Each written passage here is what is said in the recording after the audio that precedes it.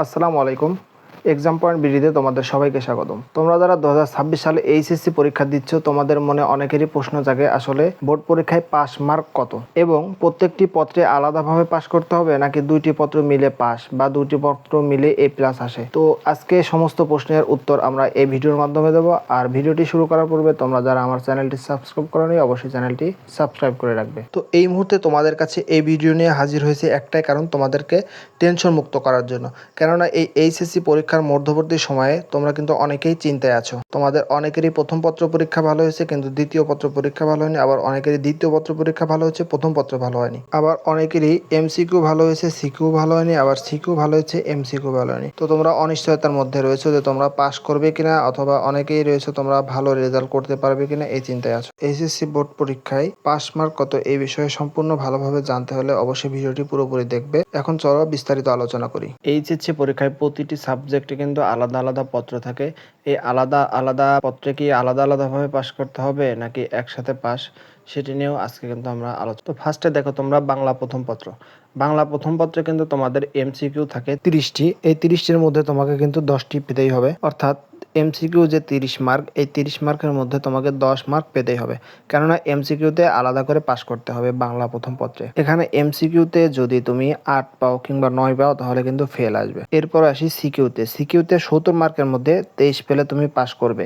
এরপরে দেখো বাংলা দ্বিতীয় পত্র। বাংলা দ্বিতীয় পত্রে যেহেতু এমসিকিউ থাকে না, শুধু সৃজনশীল থাকে, এখানে তোমার 100-র মধ্যে 33 পেলে পাস। এখন এখানে কিন্তু তোমাদের একটি বড় সুযোগ রয়েছে।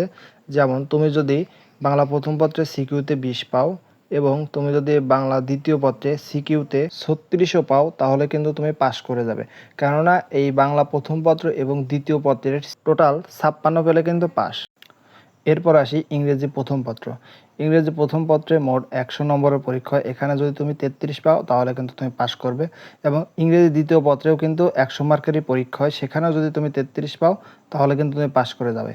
কিন্তু এমন যদি কোনো শিক্ষার্থীর সঙ্গে হয় যে তুমি ইংরেজি প্রথম পত্রে 100-র মধ্যে 30 পেয়েছো কিন্তু ইংরেজি দ্বিতীয় পত্রে 100-র মধ্যে 36 পেয়েছো, অর্থাৎ দুইটি সাবজেক্ট মিলে যদি তুমি 66 মার্ক পাও তাহলে কিন্তু তুমি ইংরেজিতে পাস করে যাবে। এখানে কিন্তু কোনো আলাদা আলাদা সাবজেক্টের মূল্যায়ন করা হয় না, এখানে দুইটি সাবজেক্ট মিলেই কিন্তু তোমাদের পাস। তো এখনও যারা তোমরা চিন্তা করছো যে তোমাদের পাস নিয়ে, তো কোনো চিন্তার কোনো কারণ নেই, তোমরা কিন্তু অবশ্যই এই দুইটি সাবজেক্ট মিলেই পাস করে যাবে। এরপরে আসি তোমাদের গ্রুপ সাবজেক্ট, যেমন বিজ্ঞান বিভাগের পদার্থবিজ্ঞানে এমসিকিউ কিন্তু 25টি আসে। তো 25টির মধ্যে তুমি 8টি যদি পারো তাহলে কিন্তু তোমার এমসিকিউতে পাস, এবং সিকিউতে যদি তুমি 50-এর মধ্যে 17 পাও তাহলে কিন্তু তুমি সিকিউতে পাস করবে। এবার আসি তোমাদের প্রথম পত্র এবং দ্বিতীয় পত্র নিয়ে যে প্রশ্ন, যে এখানে তোমাদের এমসিকিউ দুই পত্র মিলে পাস নাকি আলাদা আলাদা পাস। আসলে যে তোমাদের গ্রুপ সাবজেক্টগুলো, এখানে কিন্তু তোমাদের এমসিকিউ এর দুই পত্র মিলে পাস, অর্থাৎ তুমি দুই পত্র মিলে যদি এখানে 8 8 16 মার্ক যদি তুমি পাও তাহলে কিন্তু তুমি এমসিকিউতে পাস করবে। অর্থাৎ একটি সাবজেক্টে তুমি পেলে 10 কিন্তু অন্য সাবজেক্টে পেলে 6, এখানে কিন্তু তুমি এমসিকিউতে পাস করে যাবে। অপরদিকে ঠিক একই রকমভাবে দুই সাবজেক্ট মিলে যদি তুমি 34 পাও তাহলে কিন্তু তুমি সিকিউতে পাস করবে। আশা করি তোমরা আমার কথাগুলো বুঝতে পেরেছো। তোমাদের কোন সাবজেক্টগুলোতে আলাদা আলাদা পাস আর কোন সাবজেক্টগুলো একত্রিত পাস, এগুলো কিন্তু আমি তোমাদের সম্পূর্ণ ক্লিয়ারভাবে বুঝিয়ে দিয়েছি। তো আর যদি তোমাদের কোনো প্রশ্ন থাকে অবশ্যই আমার কমেন্ট বক্সে জানাবে, আমি তোমাদের সেই কমেন্টগুলোর উত্তর দেওয়ার চেষ্টা করব। এইচএসসির সকল বিষয়ের সাজেশন পেতে অবশ্যই আমাদের চ্যানেলটি সাবস্ক্রাইব করে রাখবে এবং এক্সাম পয়েন্ট বিডির সঙ্গেই থাকবে। ভিডিওটি দেখার জন্য সবাইকে অসংখ্য ধন্যবাদ। তোমাদের জন্য দোয়া রইল তোমরা যাতে একটি ভালো রেজাল্ট করতে পারো। আল্লাহ হাফেজ।